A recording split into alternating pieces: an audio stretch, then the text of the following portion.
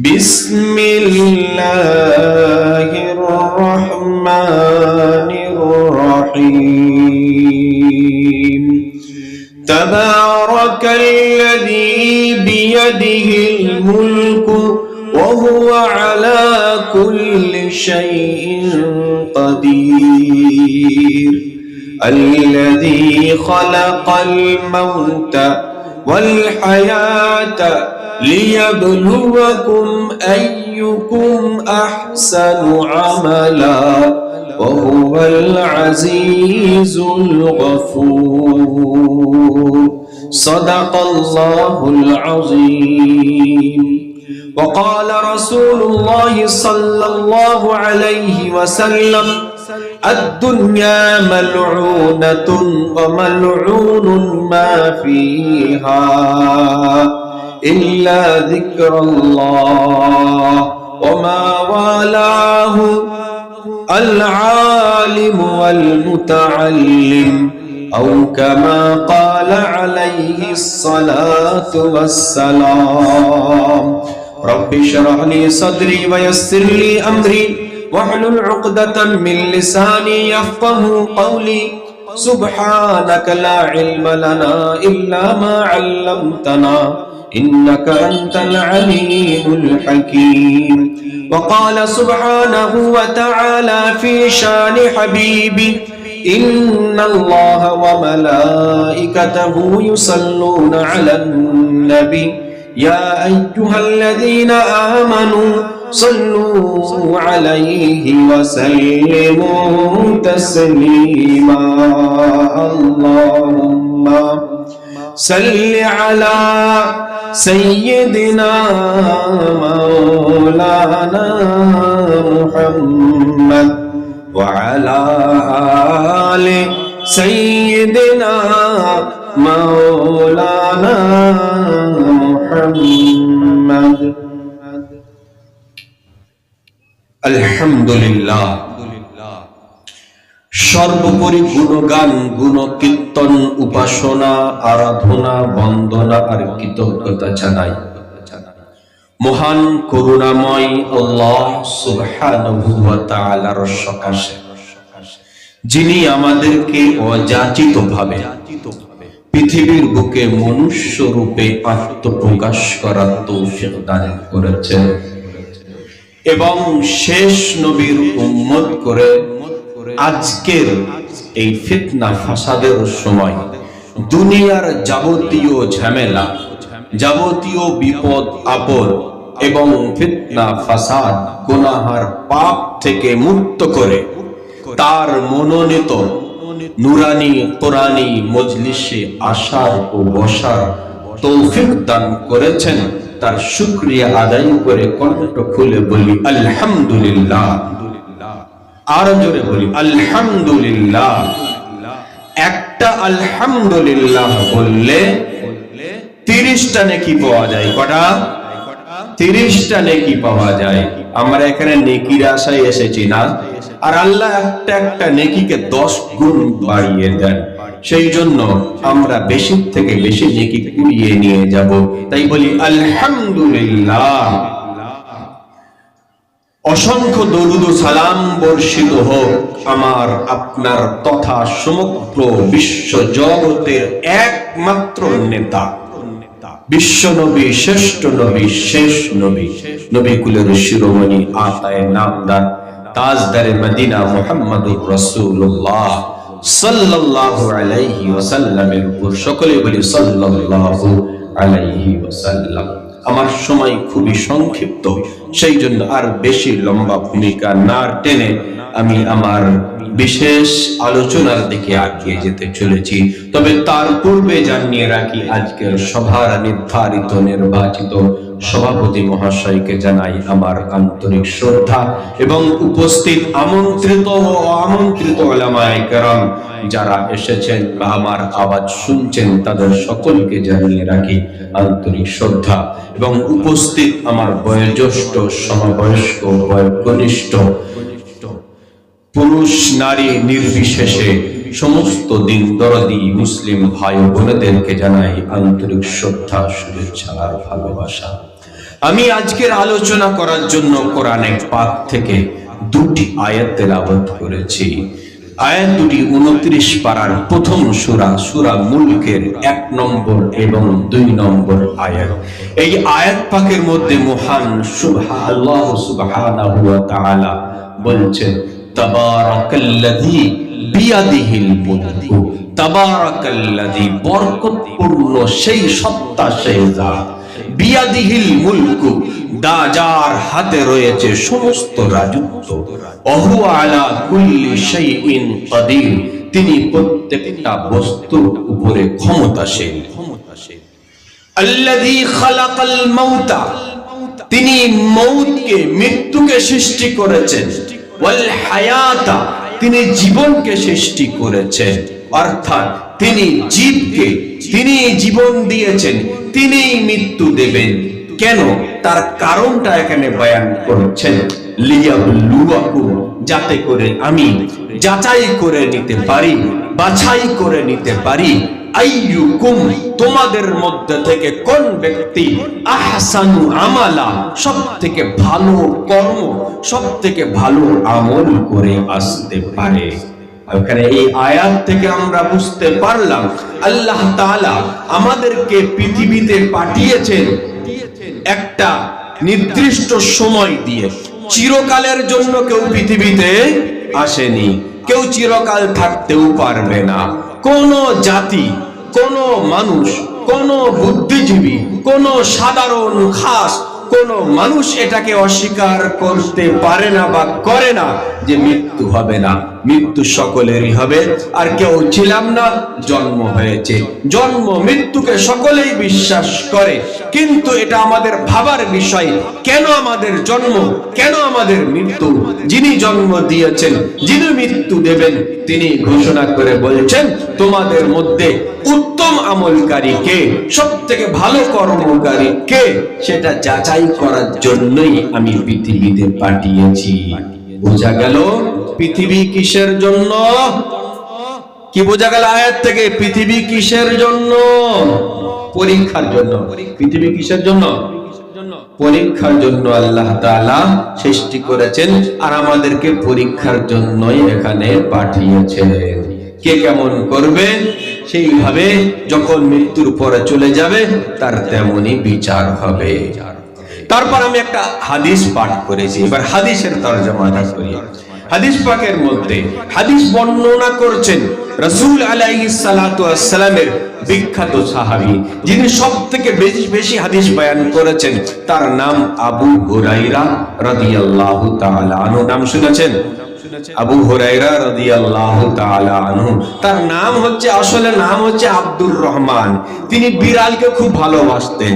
বিড়ালকে আরবিতে বলা হয় হিররাতুন, এবং তার ছোট্ট বিড়ালকে বলা হয় হুরায়রা।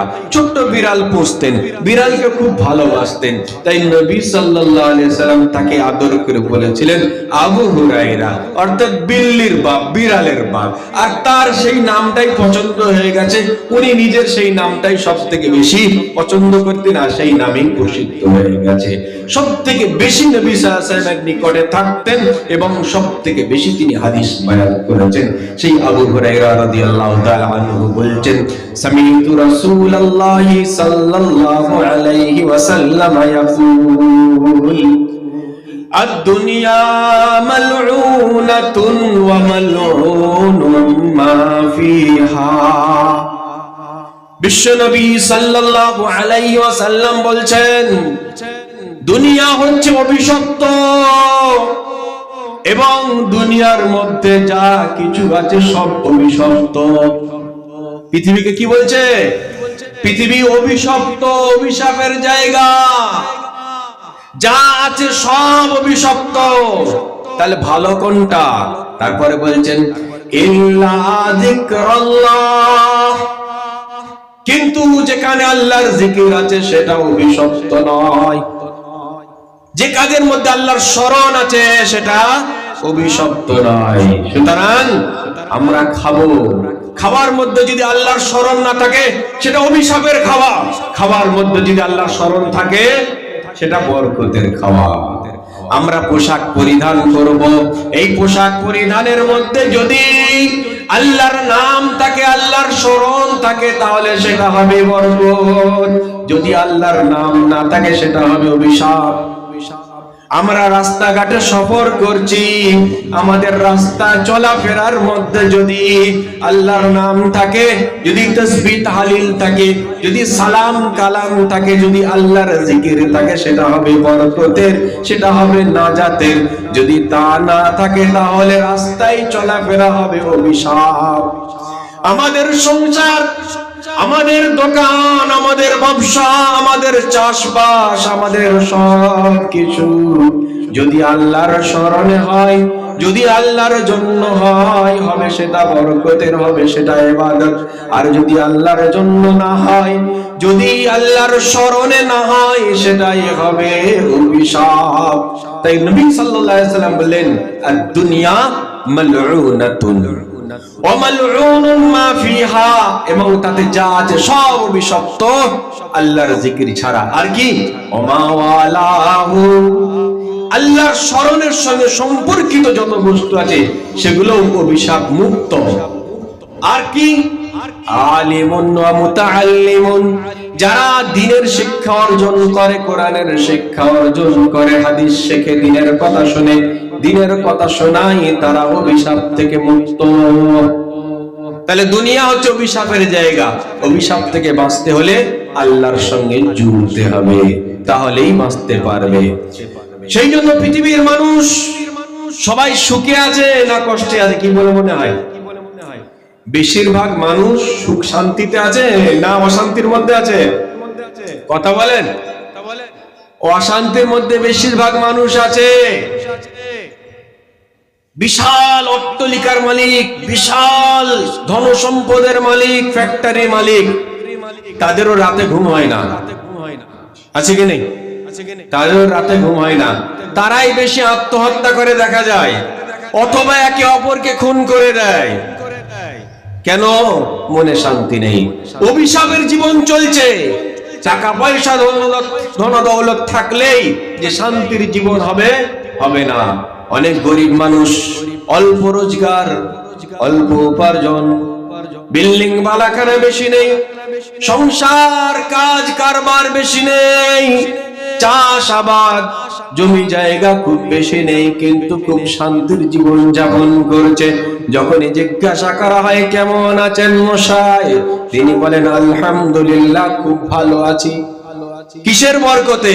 তার প্রতিটা কাজে আছে আল্লাহর স্মরণ। সুতরাং সুখ পেতে হলে আল্লাহর স্মরণের জীবন যাপন করতে হবে। এই যে পৃথিবীতে আমরা বসবাস করছি, এই পৃথিবীকে আমরা চিনি। পৃথিবীটা কি? পৃথিবী হচ্ছে সব থেকে তুচ্ছ জায়গা। পৃথিবীকে আরবিতে কি বলে? দুনিয়া। কি বলে? দুনিয়া। দুনিয়া শব্দের অর্থ জানেন? দুনিয়া শব্দের অর্থ হচ্ছে সব থেকে নিকৃষ্ট, সব থেকে তুচ্ছ। আরবি শব্দ আছে দানা, ইয়াদনি দানাতান, মানে তুচ্ছ। আর আদনা থেকে দুনিয়া, দুনিয়া মানে অতি তুচ্ছ। আরেকটা অর্থ আছে নিকটকারী, দানা ইবনু দুনুমান, এর মানে হচ্ছে নিকটকারী, খুব কাছাকাছি পৌঁছে দেয়। দুনিয়া মানুষকে কিয়ামতের কাছাকাছি পৌঁছে দেয়। যখনই মানুষ মায়ের পেট থেকে পৃথিবীতে এলো, তার মানে একটা একটা দিন করে সে আগে যাচ্ছে কবরের দিকে। জন্মানোর পর থেকেই যত দিন যাচ্ছে তত কবরের দিকে আগিয়ে যাচ্ছে। সেই জন্য দুনিয়াকে দুনিয়া বলা হয়। দুটি কারণ দুনিয়াকে দুনিয়া বলার, দুটি কারণ। একটি হচ্ছে সব থেকে তুচ্ছ জায়গা হচ্ছে দুনিয়া, আর একটি হচ্ছে কিয়ামতের নিকটকারী হচ্ছে এই দুনিয়া। সুতরাং এই দুনিয়া হচ্ছে তুচ্ছ জায়গা। কেমন তুচ্ছ জায়গা এই দুনিয়া? আল্লাহর রাসূল সাল্লাল্লাহু আলাইহি ওয়াসাল্লাম এক সময় সাহাবাদেরকে সাথে নিয়ে একটা রাস্তা দিয়ে যাচ্ছেন। রাস্তায় যেতে যেতে পাশে দেখতে পেলেন একটা ছাগলের ছানা, ছাগলের বাচ্চা মরে পড়ে আছে, অর্থাৎ তাকে কেউ ফেলে দিয়ে গেছে। রাসূল আলাইহিস সালাতু ওয়াস সালাম সাহাবা রাদিয়াল্লাহু তাআলা আনহুমদেরকে বললেন, থামো, তোমরা বলো এই ছাগল মরা বাচ্চাটা এখানে পড়ে আছে, এর মালিক একে এখানে ফেলে দিয়ে গেছে। কেন ফেলে দিয়ে গেছে বলো? কেন ফেলে দিয়ে গেল এখানে? যখন তার মালিক এখানে ফেলেছে তাকে, তার মালিকের কাছে ছাগলের ছানাটার মূল্য কত ছিল? সাহাবা রাদিয়াল্লাহু তাআলা আনহুম বললেন, ইয়া রাসূলুল্লাহ, ইয়া হাবিবাল্লাহ সাল্লাল্লাহু আলাইহি ওয়াসাল্লাম, যেই মুহূর্তে ওই মালিক তার বাচ্চাকে এখানে ফেলে দিয়ে গেছে, ওই মুহূর্তে তার মালিকের কাছে কোনো রকম তার মূল্য ছিল না, কোনো মূল্য ছিল না, তাই তো ফেলে দিয়ে গেছে। রাসূল সাল্লাল্লাহু আলাইহি ওয়াসাল্লাম সাহাবা রাদিয়াল্লাহু তাআলা আনহুমদেরকে তৎক্ষণাৎ বললেন, এই ছাগলের ছানা তার মালিকের কাছে মূল্যহীন হওয়ার কারণে তাকে যেমন ফেলে দিয়ে গেছে, আল্লাহর নিকট এই পৃথিবীর মূল্য এর থেকেও আরো নিকৃষ্ট, আরো তুচ্ছ। সুতরাং এই পৃথিবী আমরা আমার করতে চাই, পৃথিবীর ধন সম্পদ আমরা বেশি আঁকড়ে নিতে চাই, যে আমার কাছে আরো আসুক, আরো আসুক, আরো আসুক। এগুলো কি? নোংরা নিতে চাইছি। এক জায়গায় রাসূল সাল্লাল্লাহু আলাইহি ওয়াসাল্লাম বলেন, এই পৃথিবীর মূল্য যদি আল্লাহর নিকট একটা মশার দানার সমতুল্য হয়, যদি মশার দানার সমতুল্য হতো, আল্লাহ তাআলা একটাও কাফেরকে এক ঘট পানি পান করতে দিতেন না। আমরা দেখতে পাচ্ছি যারা আল্লাহকে মানে না, তাদের ধন সম্পদ, তাদের পদমর্যাদা, তাদের অনেক কিছু বেশি, তাদেরকে আমরা মনে করি যে ওরাই হয়তো সফল, ওরাই হয়তো পৃথিবীতে সফল হয়ে গেছে। আল্লাহ বলছেন না, আল্লাহ রাসূল সাল্লাল্লাহু আলাইহি ওয়াসাল্লাম বলছেন না, বলছে এ তো ফেলে যাওয়া বস্তু। যেমন আমরা ঘরে যখন ঝাড়ু লাগাই, ঝাড়ু লাগানোর পর যে জঞ্জাল, যে নোংরা যেগুলো আছে, সেগুলো কি করি? সেগুলো বাড়ির বাইরে ফেলে দিই। এখন কেউ যদি এসে বলে এগুলো আমি নিয়ে যাব, আমরা কি বলবো তাকে? আরে এক্ষুনি নিয়ে যাও, যত প্রয়োজন তত নিয়ে যাও, যত বেশি তত তুমি নিয়ে চলে যাও, এ প্রয়োজন, এতে ফেলে দেওয়া বস্তু, নোংরা বস্তু, এর কোনো প্রয়োজন নেই। ঠিক তেমনি এই পৃথিবীর ধন সম্পদ, পৃথিবীর আয়েশ আরাম, পৃথিবীর পদমর্যাদা, মানমর্যাদা যারা নিতে চাইছে, দেখতে পাওয়া যাচ্ছে যারা আল্লাহকে মানে না তারা বেশি পাচ্ছে। তার মানে বলছে তো নোংরা জিনিস তোরা যত পারিস নিয়ে নে। যারা ঈমানদার তারা কোথায় পাবে? তারা পাবে কোথায়? জান্নাতে। মহান আল্লাহ সুবহানাহু ওয়া তাআলা বলেন, ইন্নাল্লাযীনা ক্বালু রাব্বুনাল্লাহ থুম্মা ইসতাকামু تتنزل عليهم الملائكة ألا تخافوا ولا تحزنوا وأبشروا بالجنة التي كنتم توعدون। যারা এক আল্লাহকে বলেছে আমাদের রব তিনি, এবং তার উপরে তারা টিকে আছে, তাদের জন্য সাহায্য করার জন্য আল্লাহ আসমান থেকে ফেরেশতা অবতীর্ণ করেন এবং তাদেরকে বলেন, আল্লাহ তাখাফু, তোমাদের কোনো ভয় নেই, ওয়ালা তাহজানু, তোমাদের কোনো দুঃখ নেই, ওয়া আবশিরু বিল জান্নাহ, তোমরা জান্নাতের সুসংবাদ গ্রহণ করো, যে জান্নাতের তোমাদের জন্য ওয়াদা করা হয়েছে। সুতরাং যারা ঈমান এনেছে তারা বিনিময় পাবে কোথায়? জান্নাতে। কিভাবে? সেখানে ওয়ালাকুম ফিহা মা তাশতাহি আনফুসুকুম ওয়ালাকুম ফিহা মা তাদউন। সেখানে গিয়ে কি পাবে? মা তাশতাহি আনফুসুকুম, তোমাদের মন যা চাইবে তাই পাবে। আজ আমাদের অনেক শখ জাগে, এটা চাই, ওটা চাই, এরকম চাই, সেরকম চাই। দুনিয়ায় সমস্ত আশা পূরণ হয়? সমস্ত শখ কারো পূরণ হয়েছে আজ পর্যন্ত? মানুষের যত ইচ্ছা, যত চাহিদা পূরণ হয় না, এটা হওয়ার জায়গাও নয়। কোন ধর্মের মানুষ, কোন পদের মানুষ যত আশা করে সমস্ত আশা পূরণ হয় না, এটা আশা পূরণ হওয়ার জায়গাও নয়। আশা পূরণ হবে, প্রত্যেকটা আশা পূরণ হবে। সেটা কোথায়? ওয়ালাকুম ফিহা মা তাশতাহি আনফুসুকুম ওয়ালাকুম ফিহা মা তাদউন। যা চাইবে তাই পাবে, যা ইচ্ছা করবে তাই পাবে। কোথায়? জান্নাতে। জান্নাতে যেতে হবে। জান্নাতে যেতে গেলে কি করতে হবে? নিজের ঈমানকে বাঁচাতে হবে। জান্নাতে যাওয়ার মূল উপায় কি? ঈমান। রাসূল সাল্লাল্লাহু আলাইহি ওয়াসাল্লাম হাদিস পাকের মধ্যে বলেন যে সামান্য পরিমাণ সরষের দানা পরিমাণ ঈমান নিয়ে দুনিয়া থেকে যেতে পারবে তাকে দুনিয়ার মতো 10 গুণ বড় জান্নাত দেওয়া হবে। বলুন সুবহানাল্লাহ। একদিন বিশ্ব নবী সাল্লাল্লাহু আলাইহি ওয়াসাল্লাম বলছেন কিয়ামতের দিন সবথেকে শেষে যেই ব্যক্তিটাকে জাহান্নাম থেকে বের করে জান্নাতে দেওয়া হবে তার বিষয়ে আমি জানি, আমাকে জানানো হয়েছে। আল্লাহ রাসূল সাল্লাল্লাহু আলাইহি ওয়াসাল্লাম বলেন ওই ব্যক্তি যে অনেক পাপ করেছে, তার কোনো নেকি নেই, কিন্তু ঈমানটুকু নিয়ে সে দুনিয়া থেকে চলে গেছে।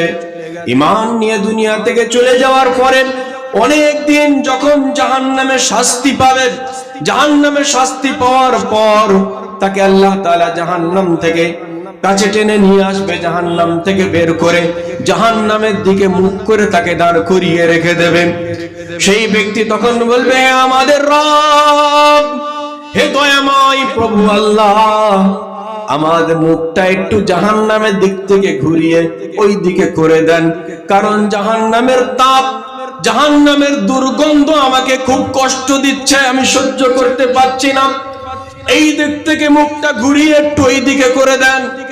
মহান রব্বুল আলামিন বলেন, ঠিক আছে, তোমার কথা আমি শুনছি, ওই দিকে মুখটা ঘুরিয়ে দিচ্ছি জাহান্নামের দিক থেকে, কিন্তু এরপরে তুমি আর কিছু চাইতে পারবে না। সেই ব্যক্তি তখন বলে, আল্লাহ আর কিছু চাইবো না, এতটুকু করে দেন। জাহান্নামের দিক থেকে মুখটা ঘুরিয়ে খালি ওই দিকে করে দেন। আল্লাহ রাব্বুল আলামিন তারপরে তার মুখটা ঘুরিয়ে দেয়। বেশ কিছুক্ষণ ওই দিকে ঘুরে তাকিয়ে দেখতে পাচ্ছে দূরে জান্নাত আর জান্নাতের সুখ শান্তি। তারপরে আল্লাহর কাছে আবেদন করছে, হে আল্লাহ, আপনি তো দয়া করে জাহান্নাম থেকে আমাকে বের করেছেন, আপনি তো দয়া করে জাহান্নামের দিক থেকে মুখটা ঘুরিয়ে জান্নাতের দিকে করে দিয়েছেন। হে রাব্বুল আলামিন, আর একটা দোয়া কবুল করুন, একটু জান্নাতের গেটের সামনে পৌঁছে দেন, আর কিছু বলবো না। রাব্বুল আলামিন তারপর তাকে সেখান থেকে তাকে বলবে, তুমি তো বলেছিলে আমি আর কিছু চাইবো না। বলছে, আল্লাহ দয়া করে একটু করে দেন। আল্লাহ রাব্বুল আলামিন দয়া করে তাকে সেখান থেকে সরিয়ে জান্নাতের গেটের সামনে পৌঁছে দেবে। সেই বান্দা জান্নাতের ভিতর দিকে তাকিয়ে জান্নাতের সুখ শান্তি, জান্নাতের আয়েশ আরাম সব যখন দেখতে থাকবে, দেখতে দেখতে আবার আল্লাহর কাছে আবেদন করে বলবে, হে আল্লাহ, আপনি দয়া করেছেন, জাহান্নাম থেকে বের করেছেন, জাহান্নাম থেকে টেনে এনে জান্নাতের সামনে দাঁড় করিয়ে দিয়েছেন। হে রব্বুল আলামিন, দয়া করে ভিতরে ঢোকার একটু অনুমতিটা দিয়ে দেন। রব্বুল আলামিন তখন বলবে, বান্দা কত বড় নাশকরা, কত বড় ওয়াদা খেলাপকারী, এতক্ষণ বলছিল যে আর কিছু চাইবো না, ঠিক আছে তুমি যাও, তোমারকে যখন জাহান্নাম থেকে বের করেছি, তোমার সমস্ত গুনাহ আমি মাফ করে দিয়েছি, তুমি চলে যাও, জান্নাতে চলে যাও, গিয়ে দুনিয়ার মতো 10 গুণ বড় জান্নাত আমি তোমাকে দিয়ে দিলাম, তুমি সেই জান্নাতের মালিক হয়ে যাও। দুনিয়ার মতো 10 গুণ বড় জান্নাতের কথা যখন আল্লাহ বলেছেন, সেই বান্দা বলছে, আল্লাহ আপনি আমার সঙ্গে আর কি করছেন? এই কথা বলার পর আল্লাহ রাসূল সাল্লাল্লাহু আলাইহি ওয়াসাল্লাম হেসে ফেললেন, তার দাঁত মোবারক দেখা গেল। তো বোঝা গেল যে সামান্য ঈমান নিয়ে যাবে, কোনো আমল সাথে থাকবে না, সে কত বড় জান্নাত পাবে? দুনিয়ার মতো 10 গুণ বড় জান্নাত সেখানে পাবে। তাহলে আমাকে জান্নাত যেতে হলে আমল কিছু থাক আর না থাক, আমার ঈমানটাকে বাঁচিয়ে নিয়ে যেতে হবে, ঈমানকে বাঁচাতে হবে। ঈমান খুব সূক্ষ্ম জিনিস, ঈমান খুব দামি জিনিস। কি বললাম? ঈমান খুব সূক্ষ্ম বস্তু। আমার কথা যদি এদিক ওদিক হয়ে যায়, ঈমান নষ্ট হয়ে যাবে। আমার ঈমান যদি সামান্য থাকে, তাহলে পৃথিবীর মতো 10 গুণ বড় জান্নাত পাওয়া যাবে। বলেন তো, এই আসমান জমিন, চন্দ্র সূর্য, এগুলো টিকে আছে কিসের বদৌলতে? কোন ইঞ্জিনিয়ারের বদৌলতে? কোন সরকারের বদৌলতে? বলতে পারবেন? কোন সরকার এই সূর্যকে টিকিয়ে রেখেছে? কার জন্য চন্দ্র সূর্য টিকে আছে? কার জন্য পৃথিবী টিকে আছে? কার জন্য পৃথিবীর এত সিস্টেম চলছে? কিসের জন্য? কোনো ক্ষমতাই নেই। কিসের জন্য? একমাত্র ঈমানদারের জন্য। আল্লাহ রাসূল সাল্লাল্লাহু আলাইহি সাল্লাম বলেন, কিয়ামতের পূর্বে যখন একটাও আল্লাহ বলার মতো কেউ থাকবে না, তখন পৃথিবী ধ্বংস হয়ে যাবে। একটাও আল্লাহ বলার মতো, আল্লাহর নাম নেওয়ার মতো কেউ থাকবে না, তখন পৃথিবী ধ্বংস হয়ে যাবে। সুতরাং আল্লাহর নাম যতদিন পৃথিবীতে থাকবে ততদিন পৃথিবী টিকে থাকবে। বলেন, কোন ইউনিভার্সিটি আল্লাহর নাম নেওয়া শেখায়? কোন কলেজ আল্লাহর নাম নেওয়া শেখায়?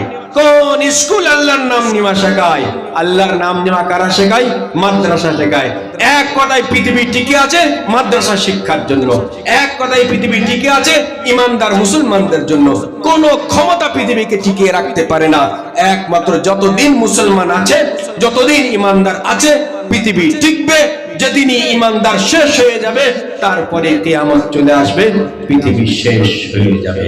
সেই জন্য আপনার আমার ঈমানকে হেফাজত করতে হবে যে কোনো মূল্যে। কোরআন পাকের মধ্যে বর্ণনা করা আছে 7 জন যুবকের কথা। কজন বললাম? 7 জন যুবক। বিশ্বনবী সাল্লাল্লাহু আলাইহি ওয়াসাল্লাম পৃথিবীতে আসার প্রায় 400 বছর পূর্বে রোমান সাম্রাজ্যে একজন বাদশা ছিল। বাদশার নাম দাকিয়ানুস। কি বললাম? বাদশার নাম দাকিয়ানুস। সেই রোমান সাম্রাজ্যে দাকিয়ানুস বাদশা, এখন সেটা পরে আপনার তুর্কিস্তানে। সেই এলাকার নাম হচ্ছে ইফসুস। সেই এলাকায় যে জালিম বাদশা ছিল দাকিয়ানুস, মূর্তি পূজারী ছিল, মূর্তি পূজা করত এবং তার প্রজাদের, তার অধীনস্থদের মূর্তি পূজা করতে বাধ্য করত। যারা এক আল্লাহকে মানত তাদেরকে শাস্তি দিত, মৃত্যুদণ্ড দিত। বাৎসরিক সরকারি ভাবে তাদের একটা মেলা হতো। সেই মেলায় সকলকে যাওয়া বাধ্যতামূলক। সেখানে দেব দেবীর পূজা হবে, বাদশার নিজেরও পূজা হবে। সেরকম একটি সময় একটি মেলার আয়োজন হয়েছে, সবাই সেখানে গেছে। তার মধ্যে একজন যুবক দেখতে পেল এখানে যে মূর্তিগুলোর পূজা হচ্ছে, এই মূর্তিগুলো আমরাই হাত দিয়ে বানাই, আমরাই তৈরি করি, একে পূজা আমরাই করছি, আবার আমরাই বিসর্জন দিচ্ছি। আমার বিবেকে বুঝে আসছে না এরকম কাজ করি কি করেন। তাই সেইখান থেকে একজন যুবক সেখান থেকে, সেই মেলা থেকে চুপি চুপি চলে এসে একটা গাছ দেখতে পায়, গাছের নিচে গিয়ে বসে যায়। তারপর কিছুক্ষণ পরে আরেকটা যুবক চলে আসেন, সে এসে এক গাছের নিচে বসে যায়। আরেকটা যুবক চলে আসেন, সেও এসে সেই গাছের নিচে বসে যায়। একটা একটা করে বিভিন্ন বয়ান অনুযায়ী 7 জন এসে সেই গাছের নিচে বসে যায়। কতজন বললাম?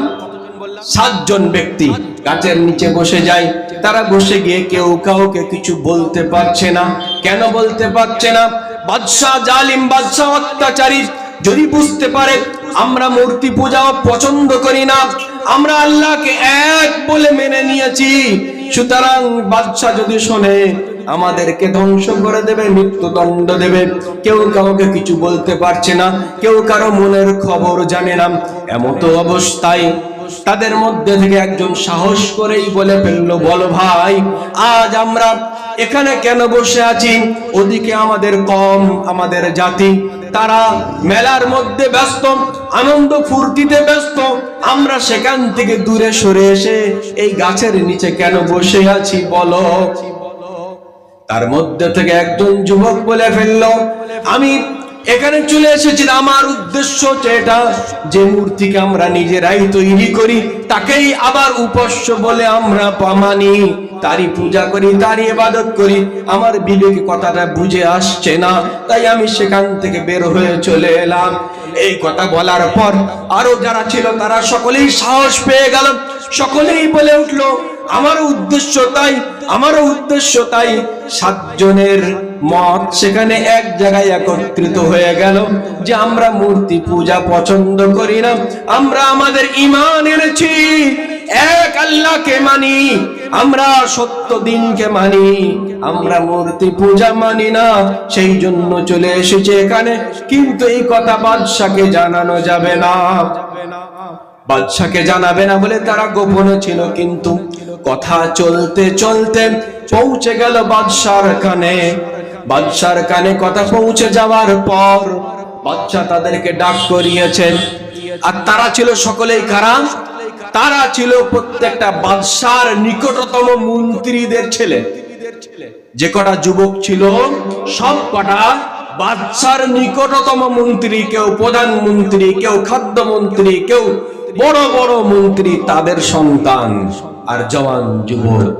বাদশা তাদেরকে বললেন, তোমরা চিন্তা করো, তোমরা ভাবো, 3 দিন তোমাদেরকে সময় দিলাম, তোমরা আমাদের ধর্মে ফিরে এসো, তারপরে যদি না মানো তোমাদেরকে মৃত্যুদণ্ড দেওয়া হবে।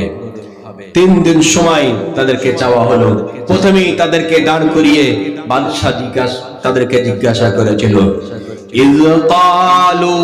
যখন তারা বাদশার সামনে দাঁড়ালো, আল্লাহ কোরআন পাকের মধ্যে বলছেন, ইয কামু ফাকালু রাব্বুনা রাব্বুস সামাওয়াতি ওয়াল আরদ। তারা আল্লাহ তাদের বাদশার সামনে একেবারে কণ্ঠ খুলে উচ্চস্বরে বলে দিল, তোমাকে মাবুদ বলতে বলে মানতে পারবো না। রব্বুনা, আমাদের রব তিনি, যিনি আসমানের রব, যিনি জমিনের রব, তিনি ছাড়া আর আমরা কারো শিরিক করতে পারবো না, কারো পূজা, কারো ইবাদত করতে পারবো না। এই কথা তারা যখন কণ্ঠ খুলে বলে দিল, তখন বাদশা তাদের সঙ্গে সঙ্গে ধ্বংস করে দেয়নি।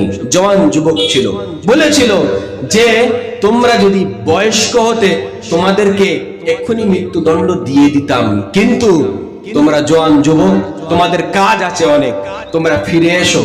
যদি 3 দিনের মধ্যে ফিরে না আসো তখন তোমাদের ব্যবস্থা করা হবে। কিন্তু সেই বাচ্চারা, সেই জওয়ান যুবকেরা, তারা ঈমান এনেছিল।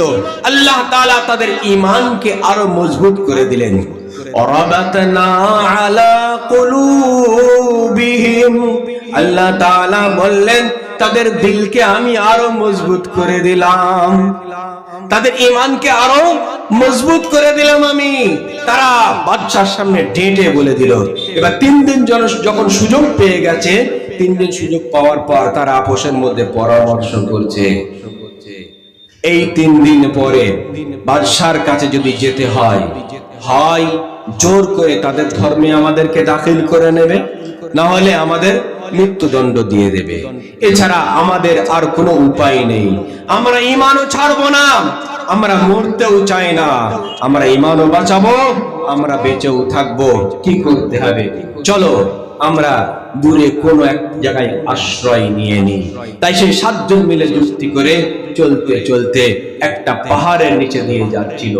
পাহাড়ের নিচে দিয়ে যেতে যেতে পাহাড়ের মধ্যে একটা গুহা দেখতে পেয়ে গেল। সেই গুহা দেখতে পেয়ে তারা সেই গুহার ভিতরে ঢুকে গেল।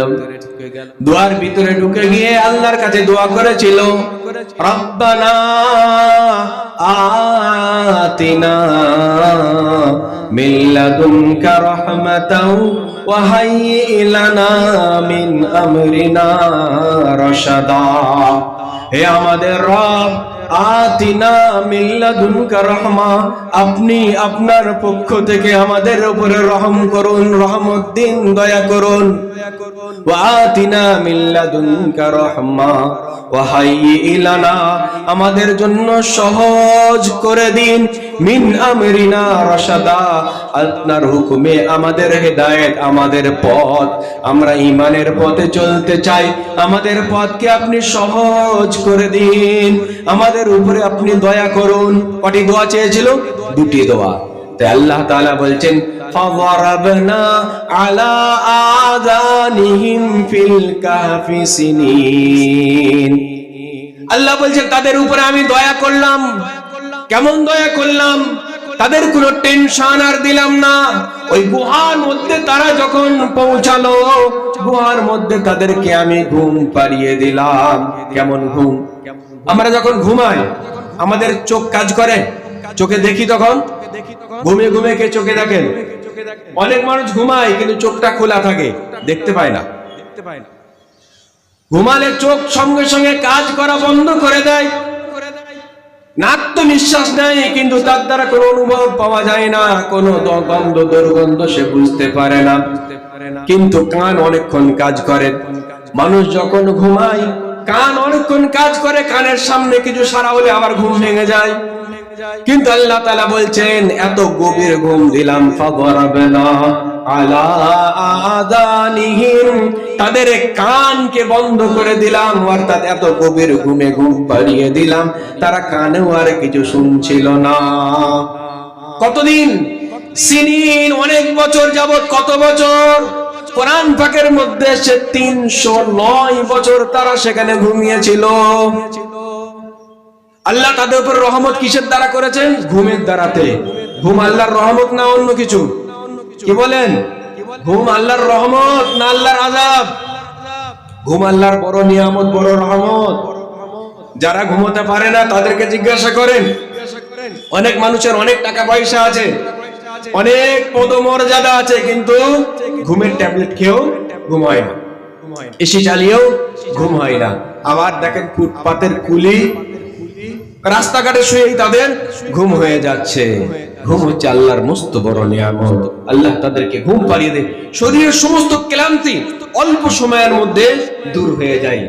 আল্লাহ কোরআন পাকের মধ্যে বলেছেন, ওয়াজআলনা নাওমাকুম সুবাতা, আমি তোমাদের ঘুমকে ক্লান্তি দূরীকরণ, আরামদায়ক একটা বস্তু বানিয়ে দিয়েছি। ওয়াজআলনা নাওমাকুম সুবাতা, তো ঘুম এত আরামের জিনিস, তো ঘুমের দ্বারা তাদের রহমত করলেন। আর কি করলেন? তারা সেখানে 309 বছর ঘুমিয়েছিলেন। 309 বছর যখন পার হয়ে গেল, হঠাৎ করে তাদের ঘুম ভেঙে গেল। ঘুম ভেঙে যাওয়ার পরে কে অপরকে জিজ্ঞাসা করছে, বলো কতদিন আমরা ঘুমিয়েছিলাম? কতদিন এখানে ঘুমিয়েছিলাম? কেউ বলছে একদিন। কেন? তারা যখন ঘুমিয়েছিল সকালে ঢুকিয়েছিল, আর যখন ঘুম ভেঙেছে তখন সূর্য ডুববো এরকম ভাব, তাই বলছে এই তো সকালে ঘুমিয়েছিলাম, বিকেল বেলা উঠেছি। কেউ বলছেন না, অনেকটাই ঘুমিয়েছি, মেজাজটা যেন কেমন লাগছে, মনে হয় একদিনের বেশি হয়ে গেছে। এমন তো অবস্থায় আলোচনা করতে করতে কোনো সিদ্ধান্ত নিতে পারছে না। সবশেষে তারা বললেন, এর সিদ্ধান্ত আমরা জানি না, আল্লাহ সব থেকে ভালো জানে। এক কাজ করো, ওই চিন্তা ভাবনা না করে ঘুম থেকে উঠেছি, খুব খিদে লেগেছে, খাবারের ব্যবস্থা করো। সুতরাং তাদের মধ্যে থেকে তারা যে টাকা নিয়ে গিয়েছিল, সেই টাকা, সেই দিরহাম হাতে একজনকে দিয়ে বলছে, যাও বাজারে গিয়ে যাও, সাবধানে যাবে, গিয়ে ভালো খাবার যেখানে পাওয়া যাবে সেটা নিয়ে আসবে। এখান থেকে আমরা কি শিক্ষা পাচ্ছি? ভালো খাবার নিয়ে আসবে। কারণ তারা গুহাতে ঢুকেছিল, বাদশা ছিল জালিম, তারা মনে করছে সেই বাদশা এখনো আছে, সাবধানে যেতে হবে। তারা যদি চিনে ফেলে, দেখে ফেলে, আমাদেরকে আবার অ্যারেস্ট করবে। সুতরাং খুব সাবধানে যাবে, আর পবিত্র খাদ্য নিয়ে আসবে। পবিত্র খাদ্য, সেখানেও বলছে অপবিত্র খাবার নেবে না। কারণ ইবাদত হতে গেলে, নেক আমল করার সুযোগ পেতে গেলে খাদ্য পবিত্র হতে হবে। খাদ্য যদি পবিত্র না হয়, খাদ্য যদি হালাল না হয়, ভালো কাজ করার, নামাজ পড়ার, রোজা রাখার, সৎ কাজ করার সুযোগ পাবে না। আল্লাহ রাব্বুল আলামিন কোরআন থেকে রাসূলদেরকে সব সম্বোধন করে বলছেন, ইয়া আইয়ুহার রাসূলু কুলু মিনাত তাইয়্যিবাত ওয়া আমালু সালিহা, হে আমার রাসূলগণ, তোমরা পবিত্র খাদ্য ভক্ষণ করো, পবিত্র খানা খাও, আর নেক আমল করো। নেক আমল করার জন্য পবিত্র খানা খাওয়া দরকার। অনেক সময় আমরা দেখি, অনেক খাবার খাওয়ার পর, নেক খাবার খাওয়ার পর ইবাদত করতে মন চায়।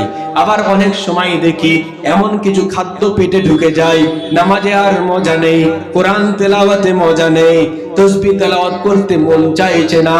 যখন এরকম মন হবে, ভেবে নিতে হবে খাবারের মধ্যে কোনো ভেজাল ঢুকে গেছে, এরকম হয়। তো পবিত্র খাদ্য নিয়ে আসবে। তো পবিত্র খাদ্য যখন আনতে গেছে, খাদ্য আনতে গিয়ে দোকান থেকে খাবার নিয়েছে, খাবার নেওয়ার পর দোকানদারকে পয়সা দিয়েছে। পয়সা দেওয়ার পর যখন চলে আসে, দোকানদার বলছে, মিয়া শোনো, কি কোথাকার পয়সা? আমার পয়সা দাও। বলছে, এই তো দিলাম। কোথাকার পয়সা? কবেকার পয়সা? বলছে, এটাই তো পয়সা। এই তো সকালবেলা এ থেকে আমি কিনেছি, দোকানে গিয়েছিলাম, খুচরো ফেরত পেয়েছি, সেটাই তো তোমাকে দিয়েছি। বলছে না ধরো। এইভাবে কথা হতে হতে আশপাশের দোকানদার সব জড়ো হয়ে যায়। জড়ো হয়ে গিয়ে এবার তাদেরকে বলে, বলো এটা এখনকার নাই, এ তো 300 বছর আগেকার পয়সা, কোথায় পেলে বলো? হয় তোমরা সরকারের খাজানা চুরি করেছো, না হলে গুপ্ত কোনো খাজানা পেয়ে গেছো।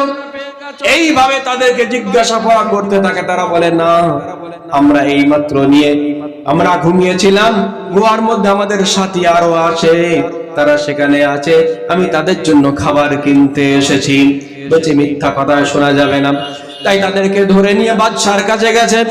সেই বাদশার কাছে যাওয়ার পর বাদশাহ তাদেরকে বলছে, বলো তোমরা কোথায় পেলে, তোমাদের বিষয়টা কি, এ পয়সা এ ভান্ডার তোমরা কোথায় পেলে? তখন তারা বলল, না এসব কিছু নাই, আমরা কোনো গোপন খাজানা পাইনি, কোথাও থেকে চুরি করিনি আমরা, আমাদের বিষয় হচ্ছে এরকম, আমাদের নামে বাদশা ওয়ারেন্ট করেছিল, আমাদের নামে বাদশার দরবারে কেস ছিল, মৃত্যুদণ্ড ছিল আমাদের নামে, বাদশা যদি আমাদেরকে ধরে নিয়ে যায় মৃত্যুদণ্ড দিয়ে দেবে, তাই আমরা ওখানে গিয়ে লুকিয়ে পড়েছিলাম, ঘুমিয়ে পড়েছিলাম, সেই ঘুম থেকে উঠে খাদ্য নেবার জন্য এখানে এসেছি আমরা। তখন বাদশা বললেন, তোমাদের নামে ওয়ারেন্ট কি আছে? বাদশা পূর্বেকার বাদশাদের ফাইল খুলে খুঁজতে খুঁজতে সেখানে দেখতে পেল, হ্যাঁ 300 বছর আগে দাকিয়ানুস নামক একজন বাদশা ছিল, সেই বাদশা এই 7 জন যুবকের নামে কেস দিয়ে রেখে দিয়েছিল। তখন তারা বলে, বাদশা বুঝতে পেরেছে সেই তারা যাদেরকে এখানে বাদশা তালাশ করছিল ইমানের খাতিরে, তৌহিদের খাতিরে, তারা বাদশার বিরোধিতা করেছিল, কিন্তু বাদশা তাদেরকে মৃত্যুদণ্ড দেওয়ার জন্য প্রস্তুতি নিয়েছিল। সেই মুহূর্তে তারা সেখান থেকে পালিয়ে গিয়েছিল, তাই বাদশাহ তাদের খোঁজ করতে চেয়েছিল, কিন্তু বাদশাহ তাদের ধরে পায়নি। তাদেরকে বললেন, শোনো শোনো, এখন সে বাদশাহ নেই, এখন মুসলমান ইমানদার বাদশাহ হয়েছে, তোমাদের আর কোনো ভয় নেই।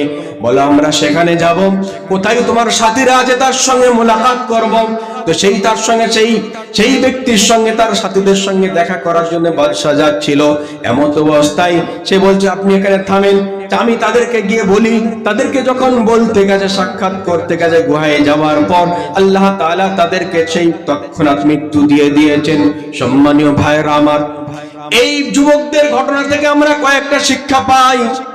সেই সময় বাদশাহ এবং পুরো মহল, পুরো পরিস্থিতি ইমানের বিপরীত ছিল, আল্লাহর বিপরীত ছিল, আল্লাহকে মানত না। সেই সময় রুকে দাঁড়িয়েছিল কয়েকজন যুবক। এখান থেকে শিক্ষা পাওয়া যায়, যুবকরা যদি কোন কাজে, কোন সৎ কাজে যদি তারা দাঁড়ায়, কোন অন্যায়কে প্রতিরোধ করার জন্য যুবকরা যদি দাঁড়ায়, একত্রিত হয়, যুবকদেরকে কেউ হারাতে পারবে না। ঈমানকে আর সৎ কাজে প্রতিষ্ঠিত করার জন্য কেউ যদি চেষ্টা করে, আল্লাহর কাছে সাহায্য চায়, আল্লাহ তাদেরকে সাহায্য করবেন, আল্লাহ তাদেরকে হেফাজত করবেন। বর্তমান সময়ে যত রকমের অপকর্ম, যত রকমের খারাপি সরকারিভাবে, বেসরকারিভাবে, সামাজিকভাবে মুসলমানদের ভিতরে এবং পুরো দেশ জাতির মধ্যে যত রকমের খারাপি আছে, সমস্ত রকমের খারাপিকে দূর করার জন্য একমাত্র যুবকদেরকে আগে বাড়তে হবে। যুবকরা যদি মজবুত হয়ে দাঁড়িয়ে যায়, যুবকরা যদি সত্যিটা প্রতিষ্ঠিত করতে চায়, অবশ্যই সমাজের পরিবর্তন আসবে। যদি আল্লাহর কাছে সাহায্য চায়, আল্লাহ অবশ্যই সকলকে সাহায্য করবে। আল্লাহ সুবহানাহু ওয়া তাআলা আমাদের সকলকে ঈমান মজবুত করে নিয়ে ইসলামকে প্রতিষ্ঠিত করার জন্য সর্বরকমের প্রচেষ্টা করার তৌফিক দান করুন। আমিন। ওয়া আখিরু দাওয়ানা আলহামদুলিল্লাহি রাব্বিল আলামিন। আসসালামু আলাইকুম ওয়া রাহমাতুল্লাহি ওয়া বারাকাতুহু। আলহামদুলিল্লাহ। সম্মানীয়